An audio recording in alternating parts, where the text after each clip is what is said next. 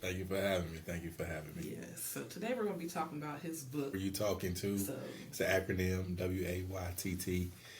so tell us a little bit about yourself. Um, my name is Darien Douglas. I'm a newfound author. Born and raised in Chicago. I spent some time in Atlanta, Georgia. I currently live in Columbus, Ohio. I have three beautiful daughters, and I come from a big family. And I just got on this journey of writing ever since I was a teenager, and as I became an adult, this path led me into becoming an author and learning how to express myself in different ways. And I would like to bring more awareness to our community of putting the emphasis on reading and learning. So that's why I do what I do. And that's perfect because we are currently sitting at the Columbus Main Branch Library. So hopefully one day soon his books will be here. So you guys will be able to pick those up too. For sure. So what I want to ask you today is, how did you come up with this book title? I was basically trying to find out, how I can get the message across to the people.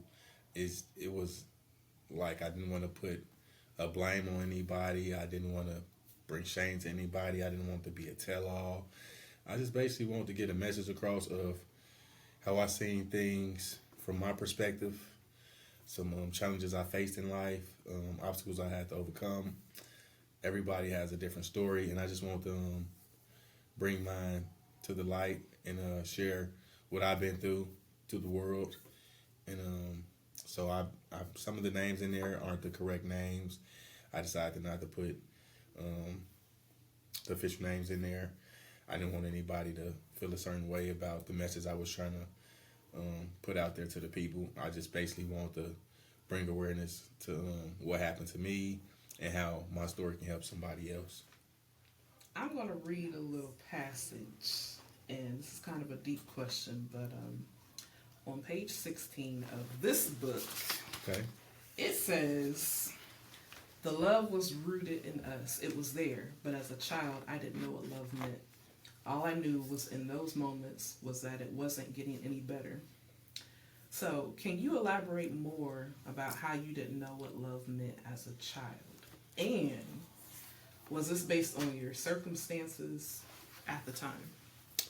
Yes, it was based on my circumstances at the time, things I was going through, a lot I didn't understand at the time, some situations about people it didn't get clear to me until I became like a late teenager to adult. But it basically, the love was rooted in us. That goes from my upbringing. I was raised by my grandparents from a lot of the time in my adolescent years. So my grandmother is like the rock of the family, real strong person. She's like the queen. We all run to her when we have problems. We all come to her to be applauded. Like she's right there for everything, for our ups and our downs. So she's the rock. She's the rock, yeah. So the love was always there. She always promoted that. She always made sure we lived off of that. If we didn't have anything, we had love.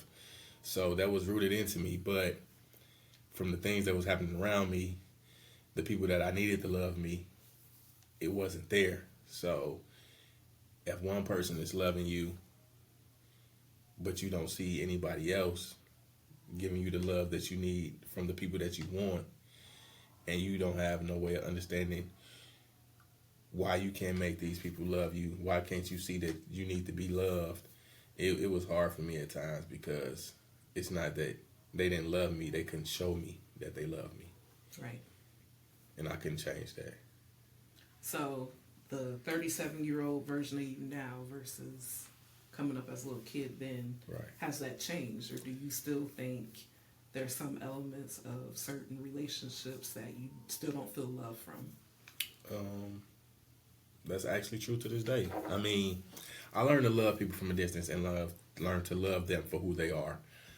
It was like, as I grew, I learned that I have to accept people for where they at and for who they are. I can't force anything from anybody, whether that's love, whether that's having the right conversations, whether that's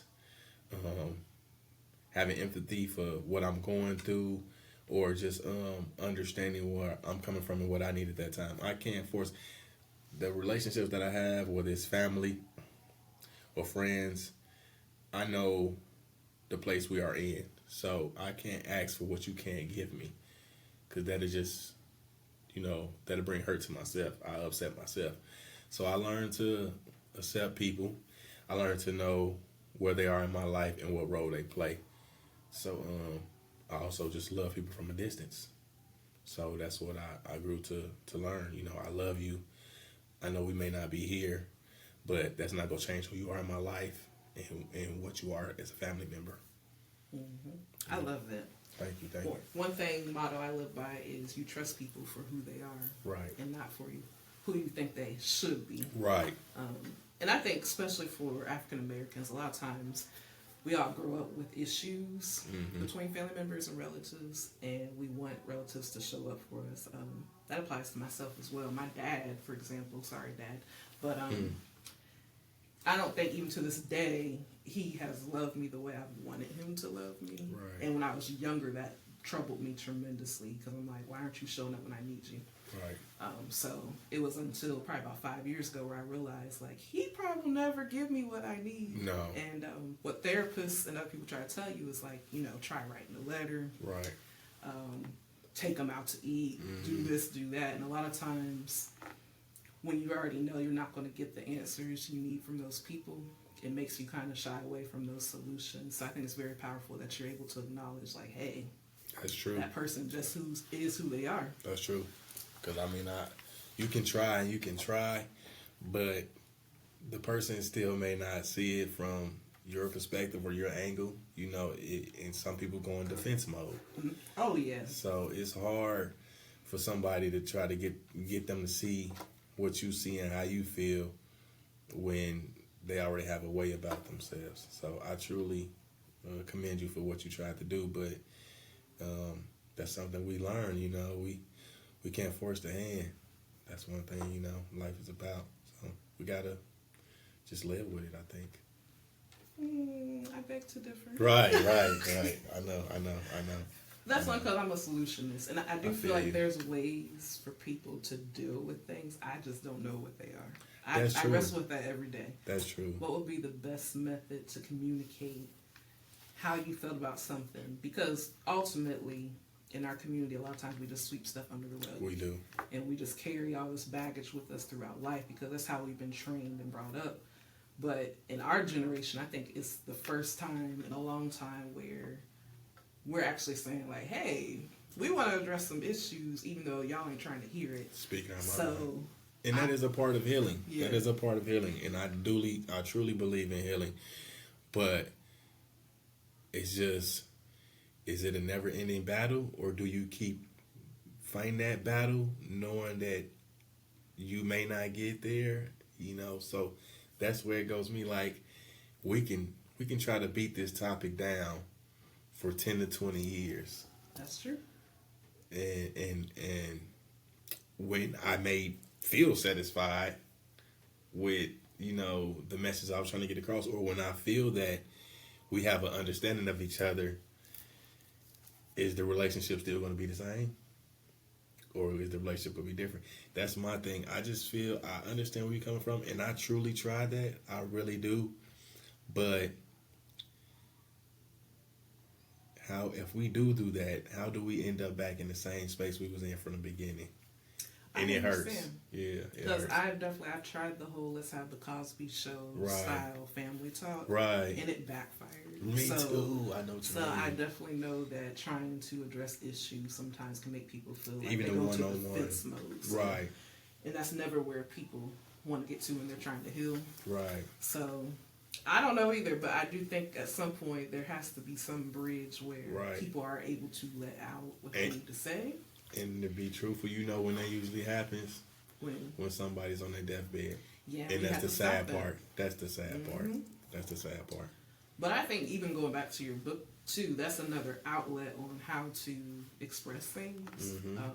But a lot of people, since they're not writers like you, they might kind of struggle, like, okay, how else can I get out what I'm trying to say or what I've been feeling for 5, 10, 50, 60 years. That's right. So writing a book is definitely a powerful thing. So kudos to you. Thank you. Yep. Appreciate it. So I want to ask you another question before we get out of here. Okay.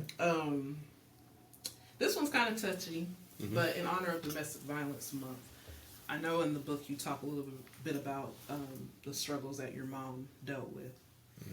And so as a young man, how did that feel?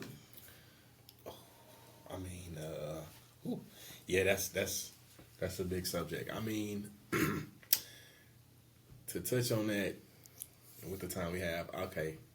So seeing that young, it broke my heart, because too young to understand, you can't blame, well, was it her fault or was it his fault? All you see is something going on and you know it's wrong. You know that isn't right. No matter who's at fault, it's not right. So for a man to put his hands on another woman in that way and to constantly do it, and then in front of her children, that ate me inside. So there was no father in the home. So I was only with my mother for maybe 3 years of living with her, just us. Besides then, I was living with other family members of my grandmother. But from that time, I felt like I was the protector. I was supposed to be the one, to make sure everything's okay. I saw you wrote about that, and it was eye-opening because I believe you said you were 8 when you finally felt like you were like the man of the household. Definitely. And all I could think in my head was, how in the world does that 8-year-old come to that realization? For real. It was crazy because the environment we grew up in, it wasn't the best in Chicago. So, I mean, from drug dealers to neighborhood shootings to, like I say, to things that was going on in the home that I couldn't talk about just because how we were raised, what happens in this house stays in this house. So to see my mother being taken advantage of like that and dominated physically and beating to times she was bleeding. Like one instance I give in the book, I seen her front tooth go through her top lip. So it was like only so much you can take. So by me thinking that, hey, all right, I open the door, I know who comes in and out. Okay, I'm staying up just to make sure my mother is safe, whatever happens. If they're partying, if they're hanging out, just looking out, making sure the wrong person don't come by, making sure what happened last week don't happen again. Mm-hmm. That's how I felt protective. I have a little sister now. Let me shield her from this. And one of the sad things was, it was my sister dad that was doing this to my mother. And I don't think that affected our relationship to this day because she was too young to understand, and I never blamed her for that being her father. But it let me know that, the people that you think love you will still hurt you. Yeah. So by me being a protector, I felt like I knew I wasn't strong enough. I didn't have able body, but something had to be done. So I tried to take matters to my own hand, and I grabbed a knife one night, and I threatened the person to never put his hands on my mother again. Yeah. So it got real deep, real fast, and I was out of my mind, out of body experience. That was the first time I had no control of myself. So with going through those things in life, I don't wish them on anybody. I'm never put my hands on a woman. Coming from that, that's a touchy subject. Like I understand, we have to respect our women through all, and some situations you have to walk away from. Mm-hmm. Because if you have to put your hands on somebody, they don't love you and you don't love them. Now that is a whole sermon. So how would your life have been different if Mr. T had not been a part of it? That's a good question. Okay. Everybody played a part in my life. And the thing that, about him, the part he played was it helped keep my mind at bay of what I was going through. You know, a lot of people say we was raised up, it takes a village to raise a child, and certain people in my life played that part as the village. So spending time with him, it would get me out the environment I was in. It would show me that somebody had time for me. It also showed me that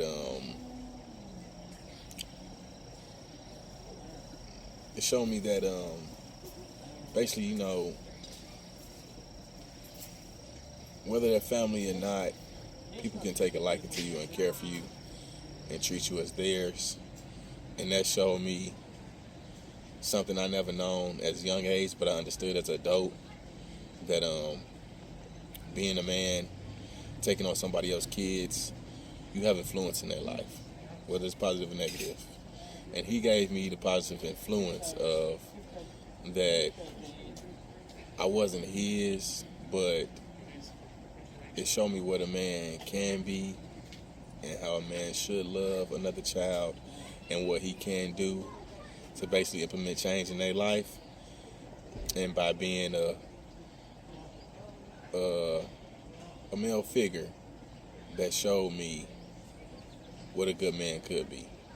And he may not have much, he may not was able to give me what I wanted, but the time he took with me, from fishing to learning how to ride a bike to making sure my shoes are tied, things like that, keeping me away from harm, those things stuck with me. And that's something, you can't force on a person. That's something they have to do because how they feel about you and how they love you.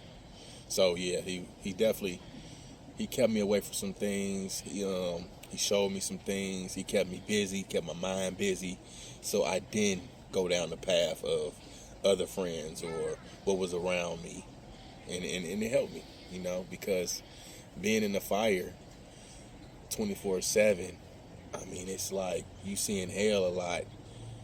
You get so stuck on your situation, it becomes you. But if you have something to look forward to, and you see that, the sun does shine, and it gives you a different perspective on life. So I was very appreciative of that man. Nice. Is he still living? He actually is still living, but he moved. He was in Arizona. Last I know, he ended up moving to North Dakota, but he battled with demons himself. So as I got older, we lost contact basically as I moved with my father in my teenage years. But as I became an adult, we still talked long distance. But he ended up battling from alcohol abuse. And to this day, that's what keeps him in and out of trouble, and not able to figure out, how he should live his life. And our relationship is where it stands. And, I can't put too much on that situation because he's his own man at this day. But, yeah, I just wish that didn't turn out the way for him because he was such a good brother, a good dude, a good male figure in my life. But alcohol ended up becoming the best of him, and he's in and out of trouble and never to shake back. So, I wish him the best, and I pray for him a lot. But, yeah, he's still battling his own demons. Yes, that's crazy. Yeah, but I'm pretty sure he made sure that you didn't go down the same path. That's right. That's right. And I mean, it didn't happen. The crazy thing about that is him and mama told the opposite. So, I mean, he didn't go through those things at a younger age or through the time I was around him. He ended up losing himself in his plus 40 years. And, it's crazy because, you can be living your life a certain way and your path end up changing, or some things happen in your life, whether it's lost a family, whether it's financial situations, whether it's you're just not happy with who you are at the time. And I think that's just the path that led him down to him losing control over himself and a habit. Well, Mr. T, if you're listening, I hope and wish the best for you, and I hope you're getting the help you need. Yes, sir. Yes, yes. Always thinking of you, Tracy. Always thinking of you, brother. Love you, man.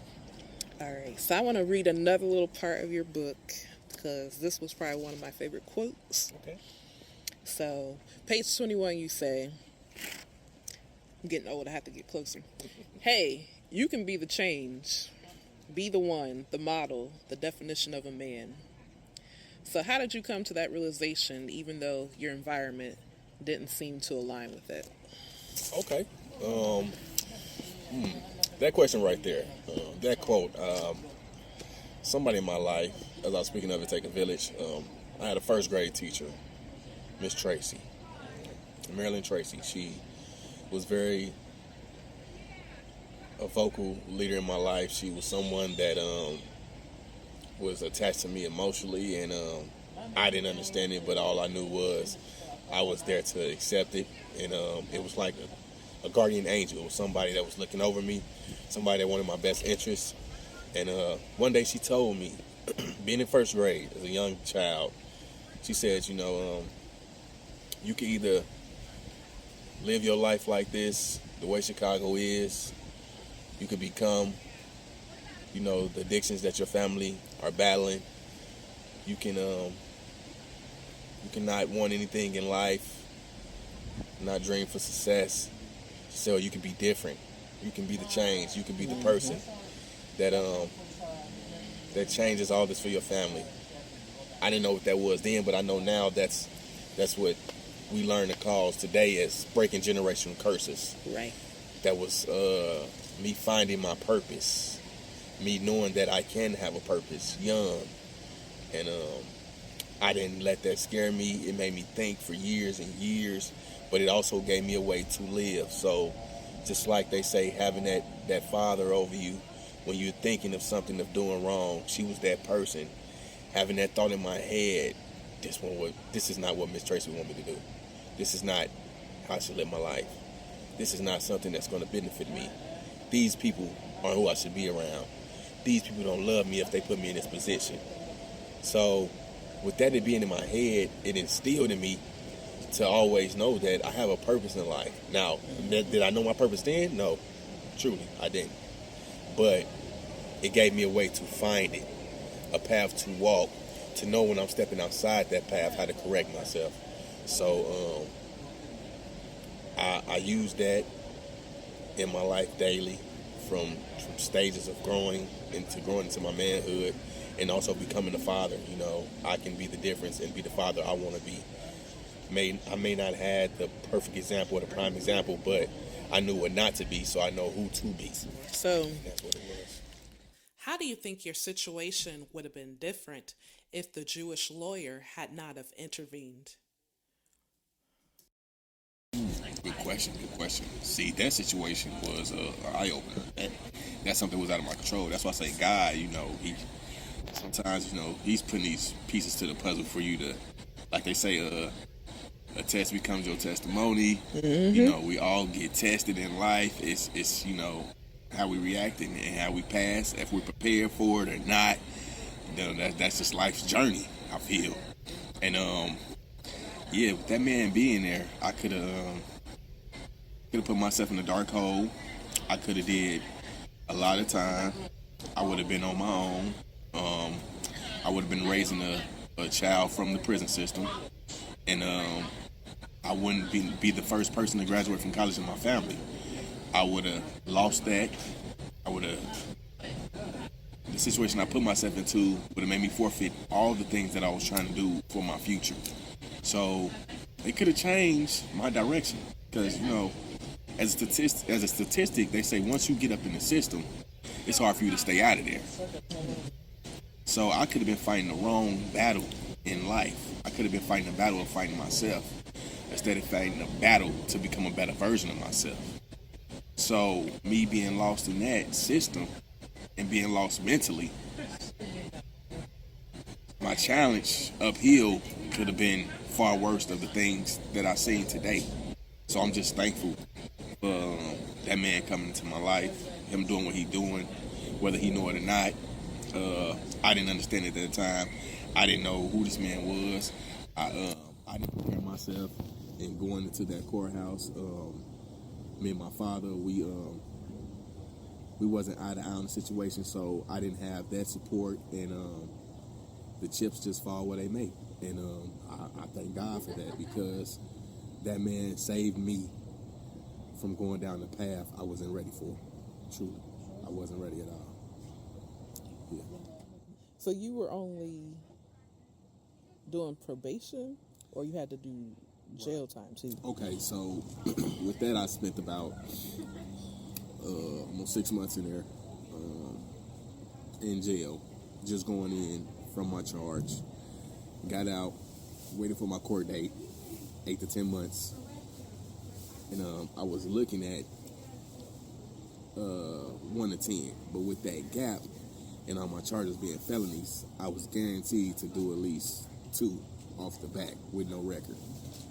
But what the lawyer was able to get thrown on the table was, since I was still a student, I was 17.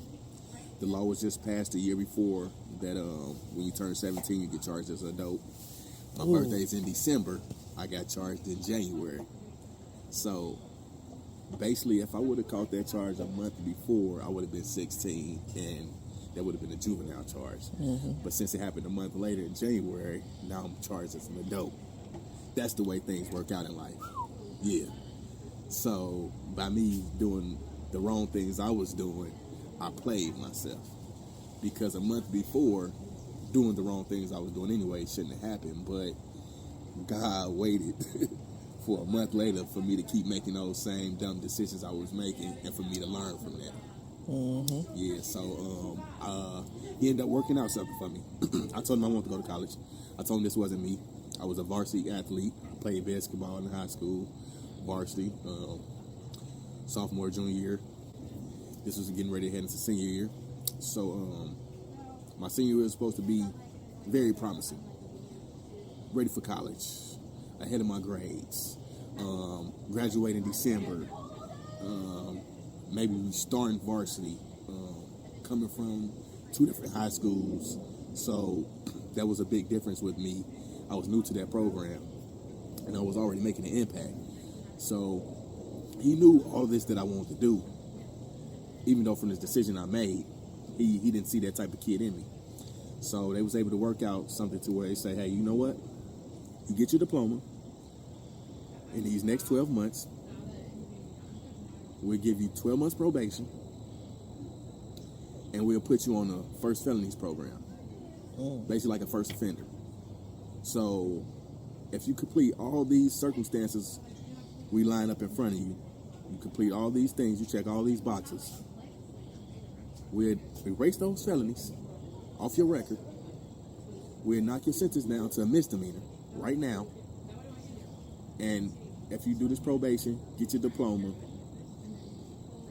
start college, we would erase all that. And hey, you didn't have to tell me twice. That was the light I needed. That was the door, the crack of the door that I needed to open it. And I knocked it out the ballpark. I did all that and more. So I didn't hesitate to take that deal. That's right. So I got in the first offenders program, got that felony wiped off. It never followed me because you're not able to go to college with a felony. Most misdemeanors, you're not able to go to college. So I knew I had to change now for my future. So everything that I did in life, I always kept my future ahead of me. This may affect me now, but I'm not going to let it affect my future. And that's what he did. Amen. What would you tell a young person who wants to give up?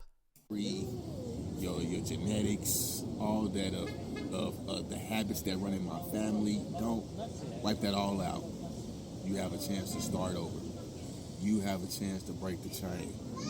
So, find something within yourself. Find the people that you can go to tell you about yourself, the ones who truly want the best for you.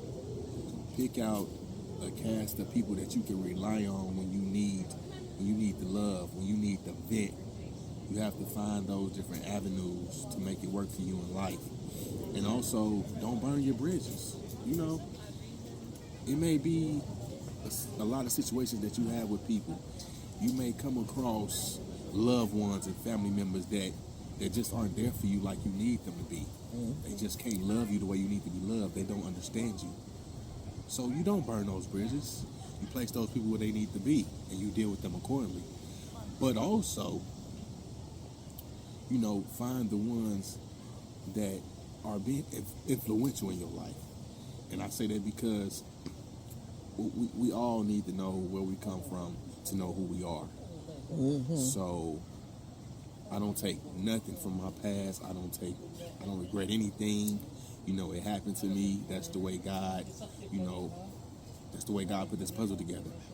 So, you know, I'm thankful for every negative thing I went through, for every positive thing I went through. You know, I wouldn't have it any different, you know. I love my mom. I love my father. You know, I appreciate them for making me, you know. And my best thing is to make them proud. And in everything I do, to let them know, you know, that this child that they birthed, that they laid hands on to raise, they did their best.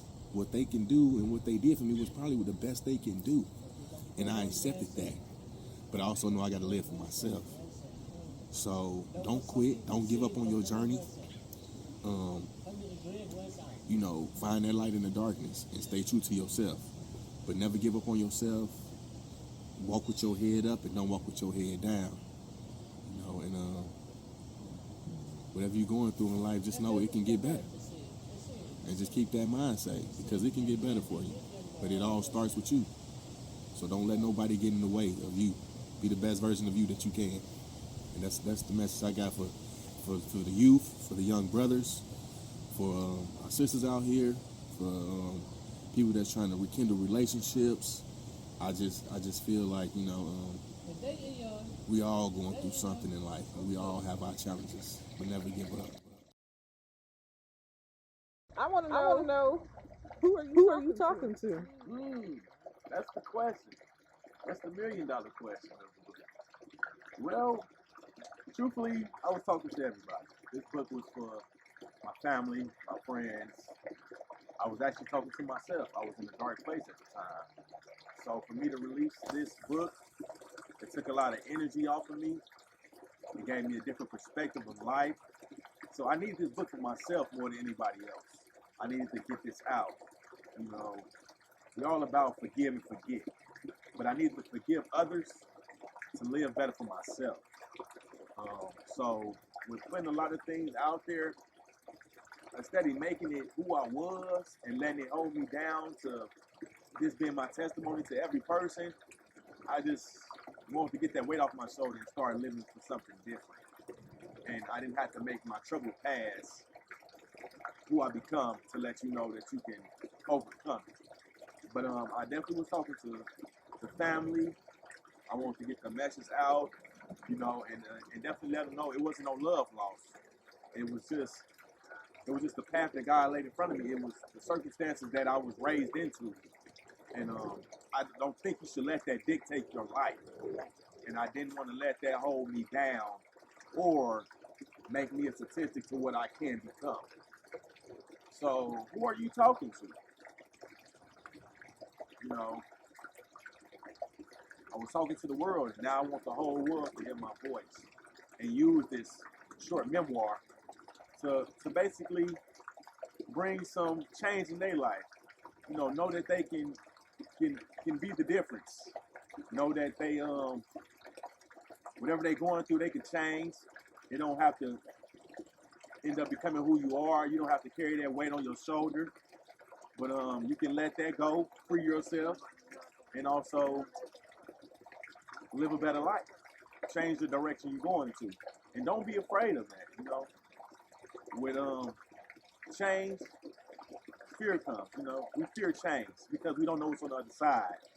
But just know, you know, believe in God, believe in someone, believe in yourself, and start today. Because it's all up to you. So that's what I'm talking to.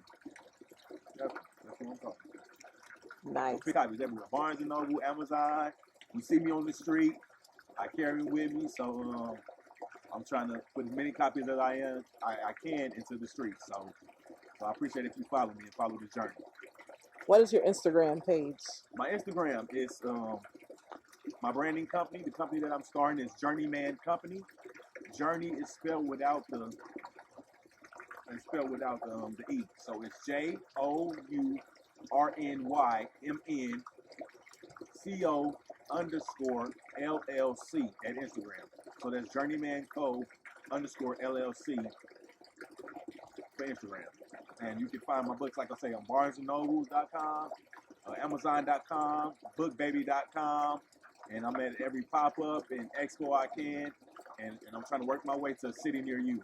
But you can network with me in all those places, and check me out and subscribe. Also follow me, friend request me, and stay up to date with the journey. And we got more books coming. So right now we're working on Wedding Mail, so look forward to that. And we have more books coming, and I'm not gonna stop. And I appreciate it if you guys support me, and the love is real. Thank you. I want to thank you for bringing me on your podcast and your platforms to share my message. You I want to thank you for making me a superstar. There you go. Y'all tune in to Cynthysis. She got great content coming.